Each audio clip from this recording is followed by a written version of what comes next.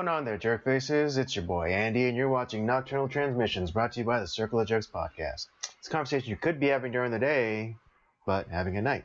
We're back with another live stream for you, and this time with Rob, with the homeboy Rob. I'm back. yeah. Which you know what that means? The quality of the show is immediately dropped. Yeah, our viewership has dropped by at least half. Exactly.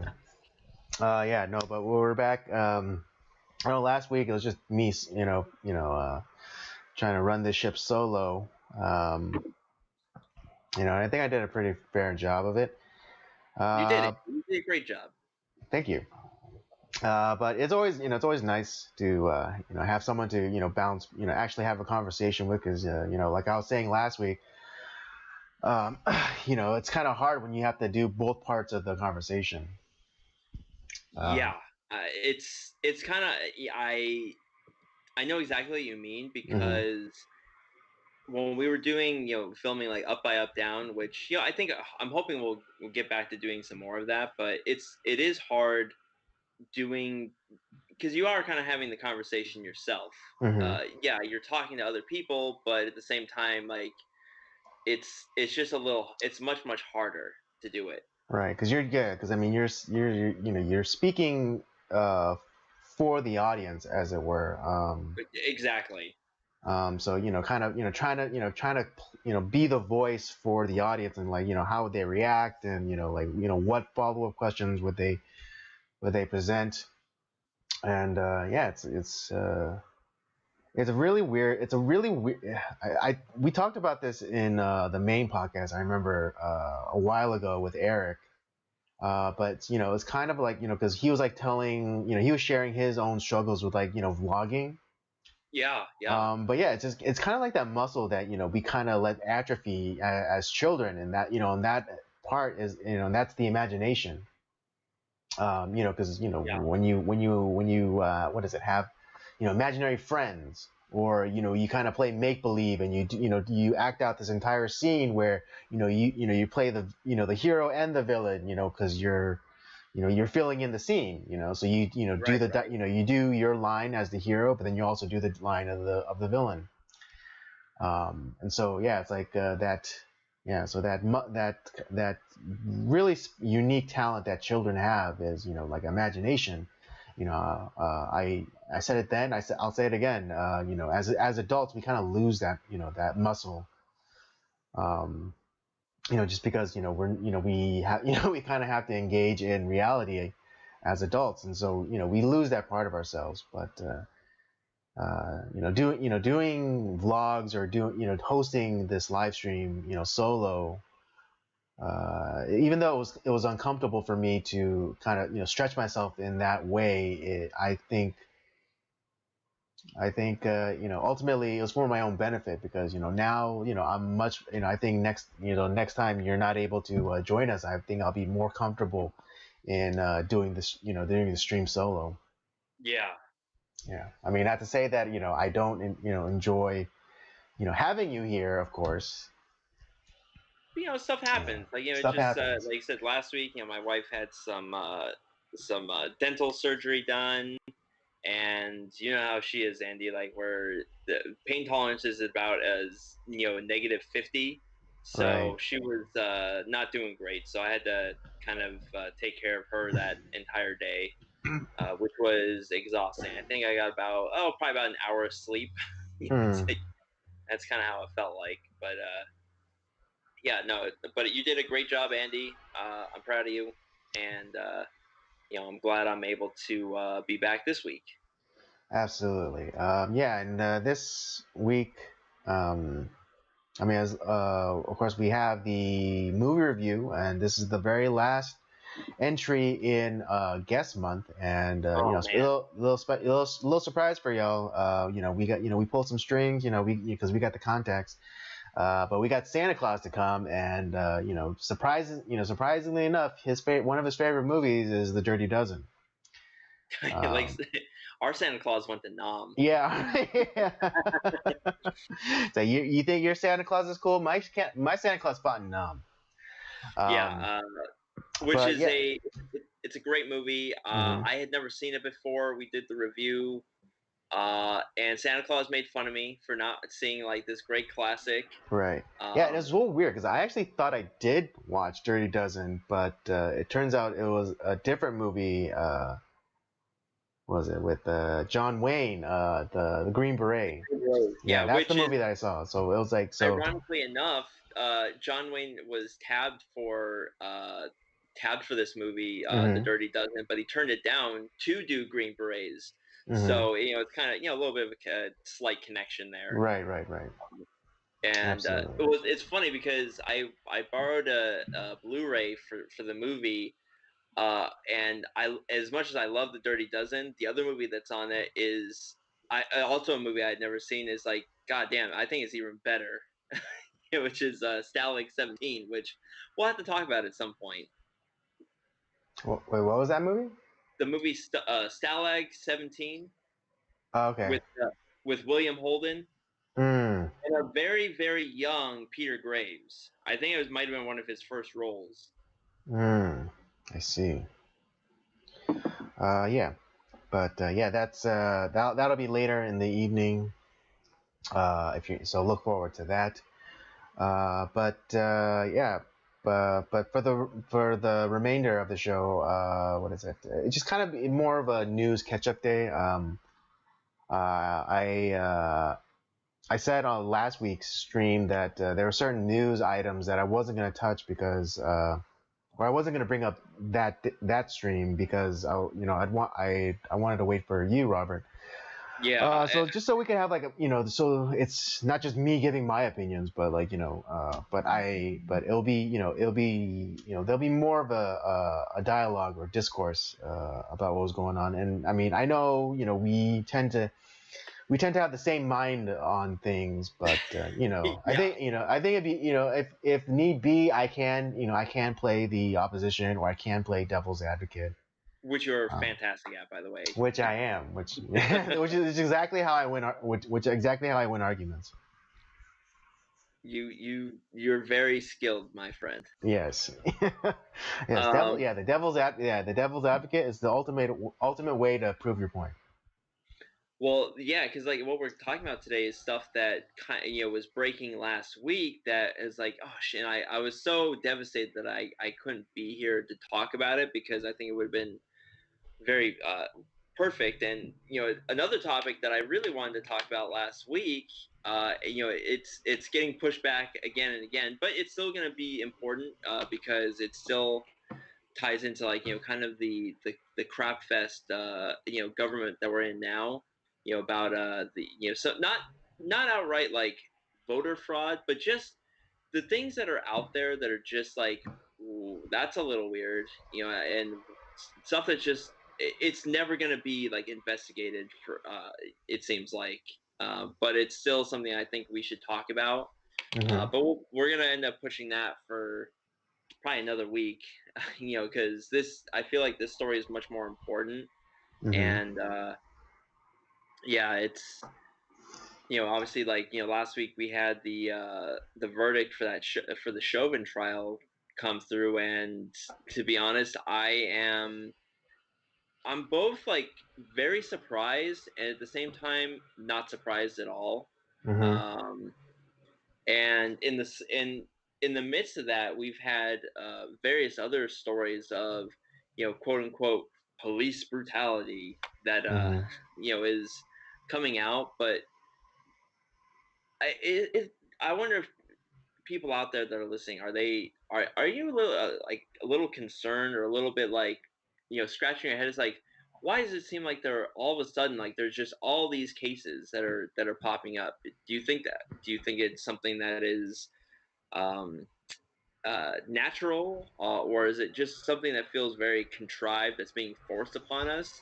And yeah, I'm in the latter category on that, but we'll talk about that further on as we get more into these news topics.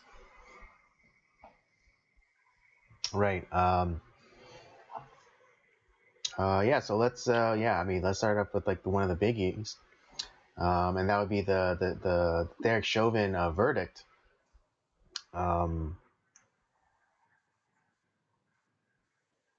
I wouldn't say that I was surprised. I would have been more surprised if he came back completely exonerated. Well, that would have the jury had some guts. It's and yeah. To be honest, it's funny that like all this stuff is kind of coming off of us doing our court procedurals themed month. Mm-hmm. And after watching something like 12 Angry Men, I mean that's exactly what like this felt to me, where it's just like you had that group of jurors go in. It's like, well, we know what we're doing because they were back within like what, couple hours. It's like, okay, this is bad. Right. It just they figure that out pretty quickly. But here's the reason why I understand why the jurors probably did what they did, because if you have a lot of things that are how that jury was never sequestered is just a travesty. And you had all these not only the media, but you have these political activists and politicians that are out there. I mean, Maxine Waters, what the fuck is she doing out in Minnesota, talking about this case? Like she has no reason to be there. Right. But I mean, even like, well, yeah, even if something happened within her district, she has no right to say because she doesn't live there. But doubly so. Like, what the fuck is she doing? Like, And she probably hasn't lived there her entire, since when did she start? Like back in the 90s. No, yeah, even before. Like, no. She's a swamp. She's the swamp creature. God, I mean, in my opinion, she was in politics like back in like I think like the eight. Hold on, let me look that up real fast. When did she start? Because I think it was like sometime in the 80s. Just before the LA riots, which she called. No, she was a congressman even during the LA riots. Yeah, and she was she sided with those fucking animals that beat Reginald Denny to an inch of his life. Yeah. Like like Maxine Waters sided with those guys that nearly beat Reginald Denny to death. Let's see.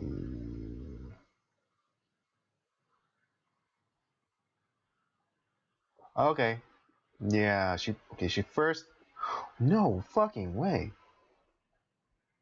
Oh no, she was She was a member of the state assembly from 1976 to 1990.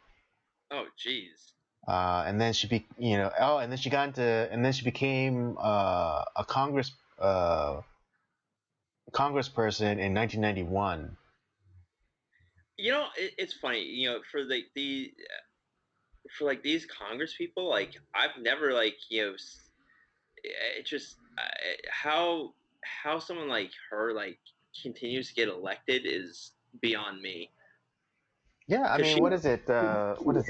Brad Sherman, like he's been my congressman basically my entire life. Yeah. That's what I'm saying. Like that's our congressman. Yeah, but I've never seen his on any of our ballots and stuff. Like, have you seen any actual is he running unopposed and that's why he just keeps getting in, or because I've never seen his name on a ballot. Right. Or what is it? Or because I don't know how much it affects everything else, but what is it? They changed the rules in California where now it's it's a jungle primary, and so it doesn't they don't have to send two candidates from opposing parties. It's just whoever gets the most and then the second most, they get their name. So if it happens to be two Democrats, then the Democrat with the most and the second most get put on the ballot. Jesus Christ. That's California, they fucked up all the rules in California so they can hold on to power like that. Yeah, that's insane. But anyways, yeah, so she's been she's been in politics since the late 70s. The mid 70s. Yeah, mid 70s. Yeah, first in the state assembly, and then and then up until 90, and then 1991 she got she had bigger ambitions and went to Congress. where she stayed, for the better part of two decades. Jesus Christ. Anyways, but yeah, she's there. She's with the other race hustlers, Al Sharpton, Jesse Jackson, whoever else, and and the usual course, cavalcade of characters. And they're stirring things up and saying it's like, oh no, we what he's being accused of is not enough. We want him arrested for charged with first degree murder. It's like, what the fuck? I know, like, really? how the fuck do you prove that?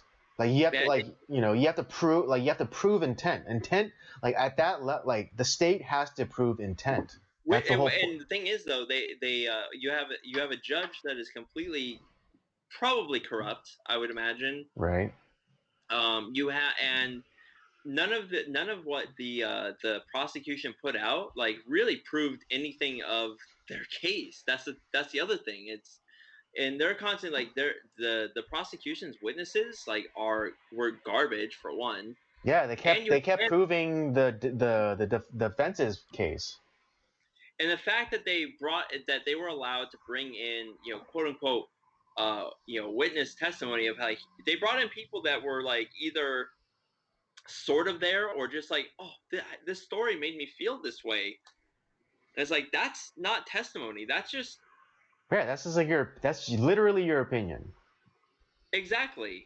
And I mean, you're welcome to it, of course, but in the case in the specific context of a court case, your testimony should add some context to the facts, but it's not.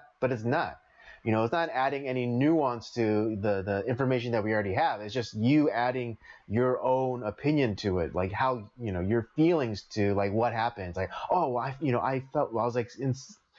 felt so like helpless and just watching him die on the ground. It's like, okay, but my dad.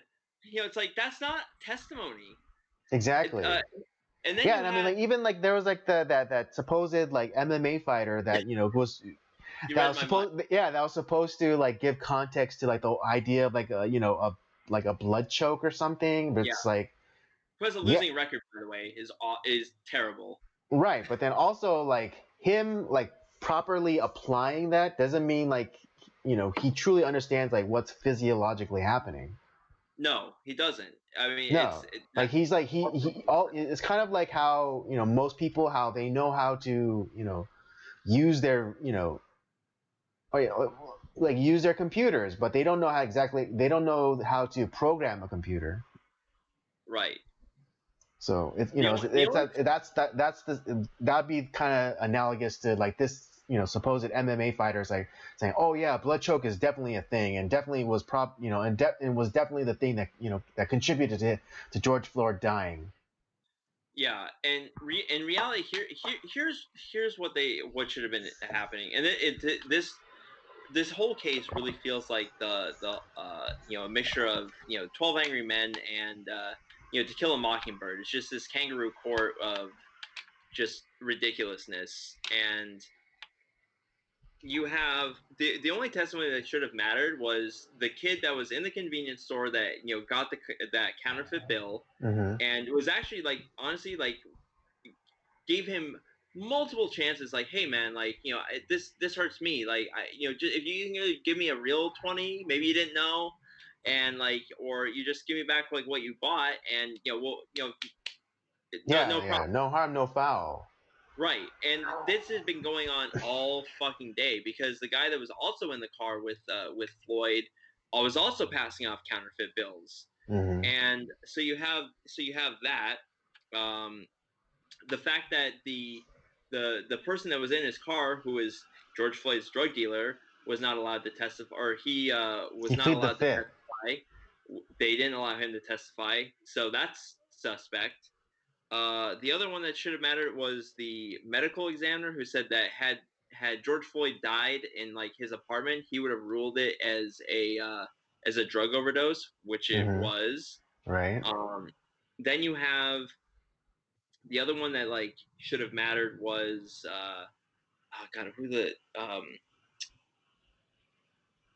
and then the guy that was talking about like police procedure and talking about how it's like yes, that was the what Officer Chauvin had been trained under. Mm-hmm. It had been used on multiple occasions, and this is the procedure he was handling, and the fact that he ended up you start to look at the footage, and you realize that the guy has been saying I can't breathe, I can't, it's like he was doing that before he was even in handcuffs essentially, right,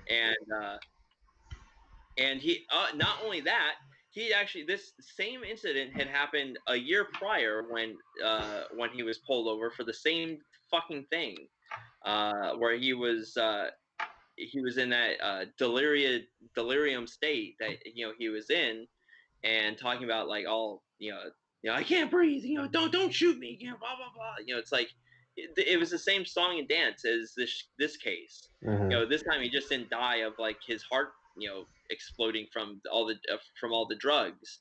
Right. Yeah, and the defense. Well, no, it wasn't the defense's weakness. It was a witness. It was the prosecution's witness. But he even admitted that that the office, Derek Chauvin, he didn't, that he actually restrained himself. There were couple more steps that he could have gone and still fallen within the rules or the protocols that he was trained under. And so he basically proved Derek Chauvin was actually restraining himself. He actually had 2 more steps that he could have gone, to really restrain George Floyd. And they went out of their way to be nice to the guy, hey, okay, well, it's just I'm claustrophobic, I'm this, okay, we'll take you out of the car, we'll roll the windows down, we'll turn on the air conditioning, we'll do what you need to do, to make you feel a little bit more comfortable. They were honestly had it been me, it's get in the fucking back seat and that's that. Mm-hmm. It's so you have that, and then the fact, the other narrative that was going around in the media is he was, the guy, he was leaning on his neck and he was, saying about how, he was crying out for his mother. It's no, he wasn't. He wasn't crying for his mother. Mama was the name of his girlfriend, who was was also there. Yeah. And was also part of the reason why he was hopped up on drugs too. Mm-hmm. You have the other thing too is that the whole narrative is he was on his neck for 9 minutes. Actually, no, he wasn't. He was, yeah, maybe for a certain part, but a lot of times his knee was on his back, and it's just you start to and I guarantee as these facts are coming out, I guarantee that the jury and anyone that was watching that trial is that was never in the news. That was never in the news. None of this stuff came out, in the news cycle. Why is that? Oh, well, that's because it doesn't match the narrative that they want to tell. Right. Because whatever's not being, it seems like whatever is inconvenient to the narrative is not covered on television, television news. It's it's in the publications. Washington Times, Washington Post, New York Times, etc. And so no one goes to check that, or or they title it in such a way where they think they got all the information from the title of the article. Yeah. Well, and they bury and well they or they lie by structure. Yeah, they lie by structure, and then they bury the pertinent information on the 7th paragraph of the article. They know that 60% of the readers are not going that far. Yeah, no, exactly. And even the medical examiner saying that, that the sole reason why George Floyd's, heart gave out was because of the drugs. No media outlet is talking about that. There were some articles at the time, but then they I don't know if I want to necessarily prescribe malice here, but or intention. But they put originally there wasn't articles attesting to that point, that the medical examiner was saying the only way that George Floyd died, or not died, but basically the way stopped breathing was because of the drugs. That was that's something put up, but then later on they fudged it. And instead of making it an addendum or an update to an appendix to that original article, they completely like change the title of the article. And so now, like when people like see it, they think it's something, they don't see it because they only see the initial one, or like, they somehow like bury it. And so like the hyperlink doesn't work anymore because they changed the title. Yep, it's Stalinistic tactics of what they're doing. Like, it's just it's insane. Yeah. And that's where like you have to do like that whole was it time machine like thing like online where you can like almost view like stuff that was back from like 6 months ago or whatever they like did that story. Because you can kind of sort of hide it, but you can't like but most people aren't going to go through that process. Right, because and then that's like that's the madness that they're getting people, that they're making people into. It's just like, because let's say I saw and I read the article when it was originally written, when it was saying that the medical examiner saying like that the fentanyl was the only reason why George Floyd, breathing like stopped or, slowed down significantly enough to cause him to go into like some sort of cardiac arrest. And so then I share that link on my Facebook or my social media or whatever. But then like, new information comes out, and instead of like, writing another article and then linking it back to the original, they go to the original one and then they change, like they add like an appendage or whatever, or an appendix, and then they change the title of the article, which then changes the link for the initial article that I share, and then someone tries to click on it and it's like, oh man, you're bullshit, you're nothing, you're a bullshit artist because like this link doesn't even go anywhere. Yeah, exactly. And that's kind of like the kind of like the craziness that they're like the media is getting people to succumb to, because like it's like people are literally seeing two different worlds. It's really it's scary what's happening, and like it's what the manipulation and the literal rewriting of history like in real time. Right. But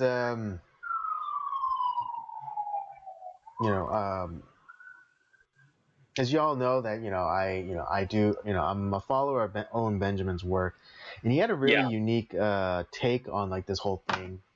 Mm-hmm. And he was saying how whether or not like Derek Chauvin's intention was, he still had his his knee on like George Floyd's neck or back or whatever. He like the knee was there, right? And so I think one of the ways that we should also kind of look kind of like break the spell of is the idea like if we are defending Derek Chauvin, then we're also defending like the knee on either the back or the neck, whichever. So that means that we are also defending, like we're saying that it's okay for that to happen to us. And to be honest, I totally agree with Owen on that one, because I don't necessarily agree with like I think it's terrible police policy. Like the guy, I'm not necessarily defending him, Chauvin per se. Well, to be honest, I don't think he deserves like what he's getting, because I mean he's essentially a scapegoat. That's because they're trying exactly. It goes to that to that wizard spell. It's like it's not about Derek Chauvin. It's about police in general that they hate and they want to like get rid of, and that's what this story is trying.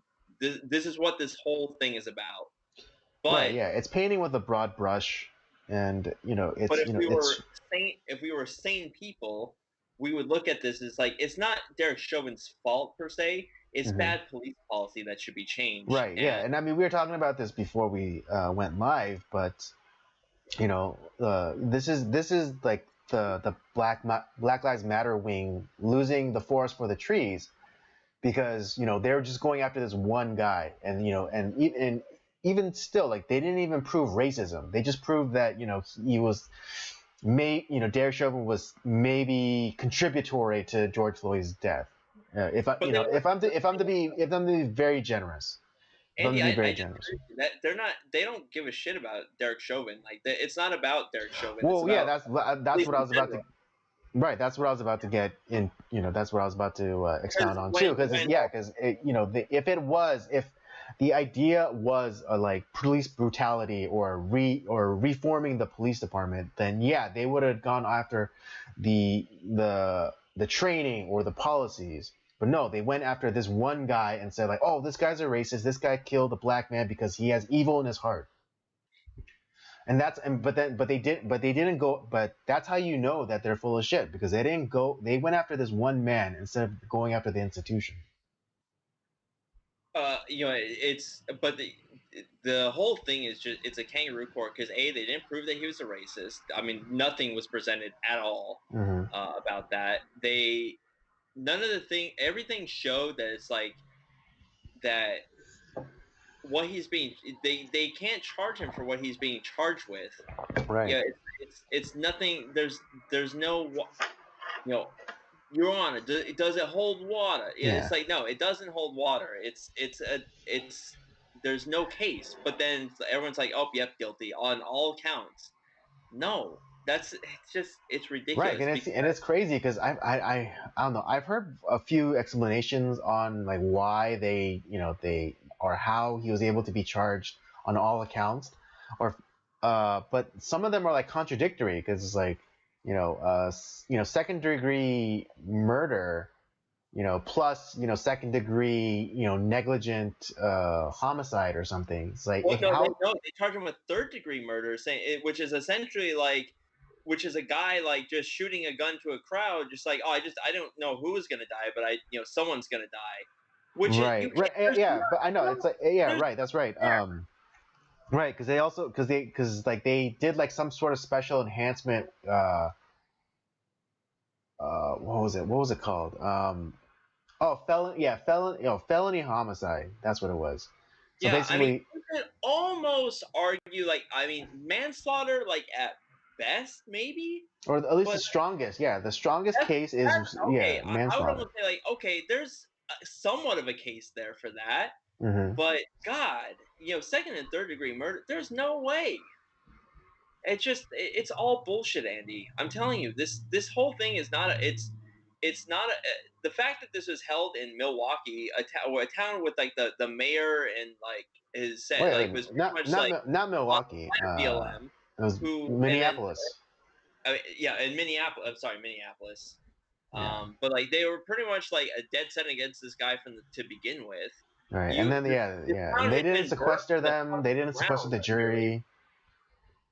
The whole town had been burned to the ground essentially, last summer because of this case, and then there's no way that this is a fair trial. The guy did not get a fair trial, and that jury was definitely manipulated. Not necessarily maybe like in directly, but yeah, it's like movies where like some mobster goes after the jury's family and shit. Like it's nothing like that, but I mean the fact that you have the media, the politicians, and I repeat myself, and all of these other just activists that are out there. I mean, they are calling. I mean, they said we will burn this city down if we do not get what we want. How can there be a fair trial in that case? And they weren't sequestered up until like the very the last few days. The final deliberations. But by that time, they for sure saw the clip of Maxine Waters basically inciting people to like, hey, if they don't come back with a guilty verdict on all charges, then burn this shit down. Like, and it's like, people who, again, the media that runs slack for, the Democrats, there's like, oh, her words are misconstrued. It's like be more confrontational. How do you misconstrue confrontational? What the fuck does confrontational mean to you? It's insane. That's what I'm saying. This whole thing stinks. And but interestingly enough, do you think all of the missteps from the judge and not asking for a change of venue to not sequestering the jury. Do you think that that's in a weird way, or that's in a maybe a cowardly way of trying to give delaying what is it? Delaying the inevitable. Delaying the acquittal, but delaying the acquittal for Derek Chauvin, because any decent attorney could take all of that and present it to the Supreme Court, and the Supreme Court, again, if they had balls, would have to repeal. if they had the balls, which is if they had the balls, which I am not 100% sure that that they have the will or the testicular fortitude. But in a weird way, do you think that was the judge's way of saying, like, oh yeah, you're gonna get railroaded now, but you could definitely you could definitely win in appeals? To be honest, I think that judge he's corrupt. I don't think it's like. I mean, I don't doubt it, but no, to be honest, I think that they think that it's like, oh, we got this guy finally. It's like, but it's in reality, it's like, honestly, this guy has not only like does he deserve an appeal, he's probably gonna get one, and I hope he sues the shit out of these people, like the city and everything, for what he went through, because this is what he went like. What this guy's gone through is complete horseshit. Yeah. Honestly, and again, we're not necessarily backing Derek Chauvin, because I mean, no, because just going by his police record or his record, he's had a lot of I think there's like 17 like recorded what is it, complaints against him or whatever, and maybe this guy was maybe he was someone who shouldn't have been on the streets. Maybe he should. Here's the thing: the guy is never going to be a police officer again. That's just we already know that. That's what I'm saying. Like, honestly, but regardless, like, maybe he's not a great police officer. Who knows? But the things that he went through, that's not constitutional. It's not lawful. Right. That's what I'm saying. Is like, and to be honest, Minneapolis, like, I honestly hope that he. Not only does he like win the appeal, I hope he sues the shit out of that city and takes them to the cleaners and destroys that city from that way. Because honestly, like, it's. Yeah, I mean, I get it. Yeah, and I hope he personally goes after the mayor of Minneapolis, like personally. I hope, like, after he gets wins his appeal and whatever, I hope he personally goes after the mayor of Minneapolis, because that motherfucker did nothing. Nope. He literally did nothing. He danced with the fucking rioters. Yeah. And then when he wouldn't say that he would defund the police, they made him walk the shame in his own fucking city. Yeah. Well, I mean, he's a garbage mayor to begin with, so I have like zero sympathy for him. Yeah, I mean, neither do I. Yeah. But yeah, like I said, it's not about Chauvin. It's about getting rid of the police, and this is the tactic of this communist organization that wants to take out all the pillars of that. They basically take away all the protections, because they know the cops will protect us. And if they did have the teeth. Exactly. And I understand sometimes, police are dicks, and some of them are not good people.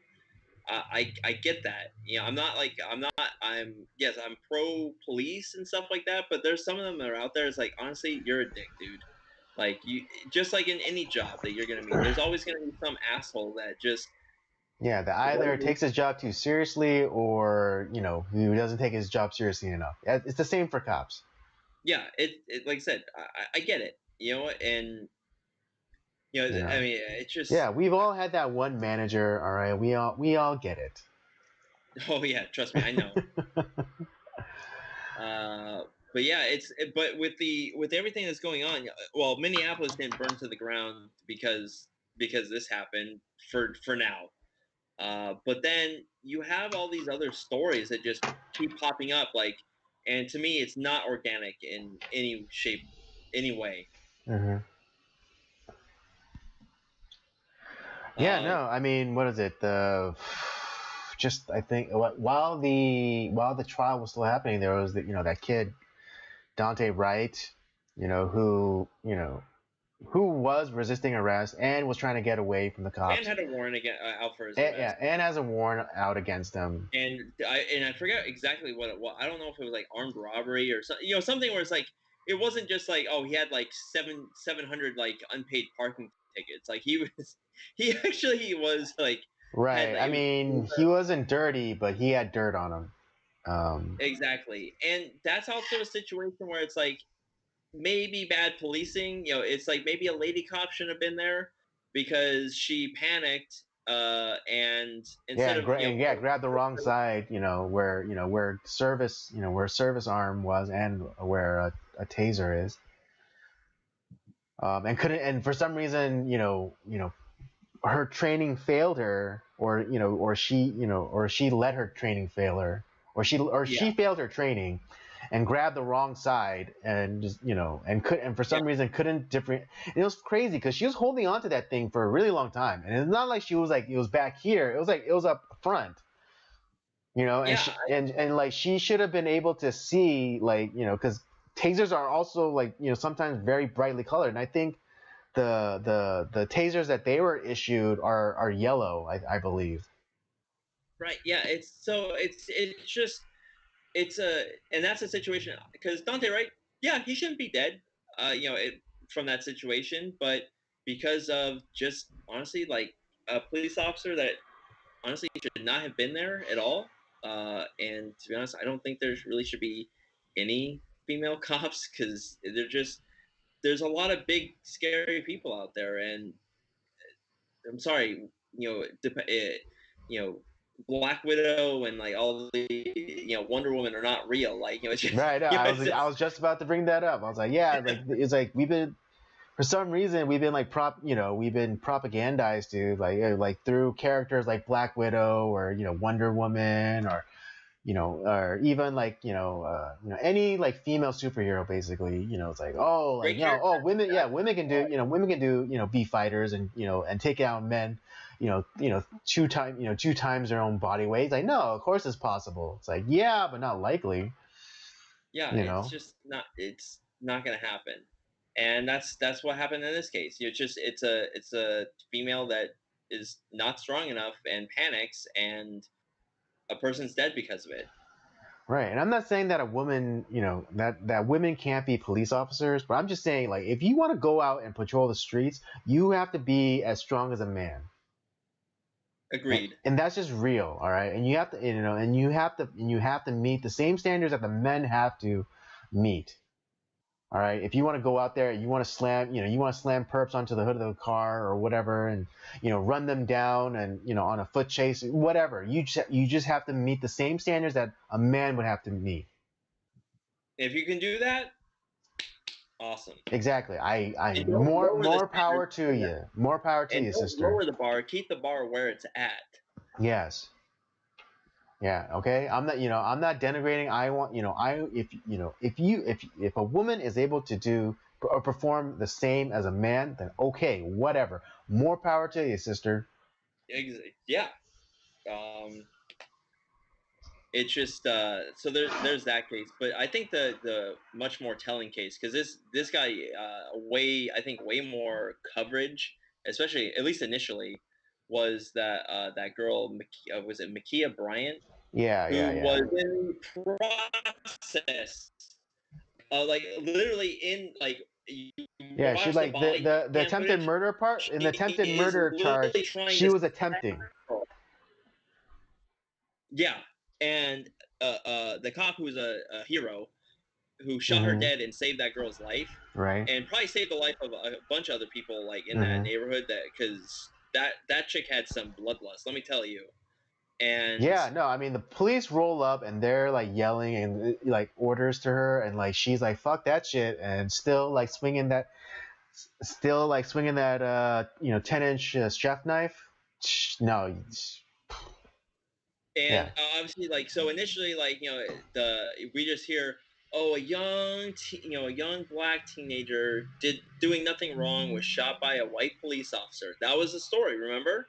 Yeah. And then but Columbus PD, they were like nah, motherfuckers, we ain't having a fucking Minneapolis up in here. So they released that footage right away, and thank the Lord Almighty that the cop, when he was shooting his weapon, didn't cover the body cam, and caught that angle, caught Ma'Khia Bryant with a knife in her hand mid stab in the top of the arc of that swing, and dropped her. Honestly, and good on him for that. And the guy, but then you have like dumbasses that don't know anything, like LeBron James, because the guy literally, I'll say this about him: the guy does definitely put his money where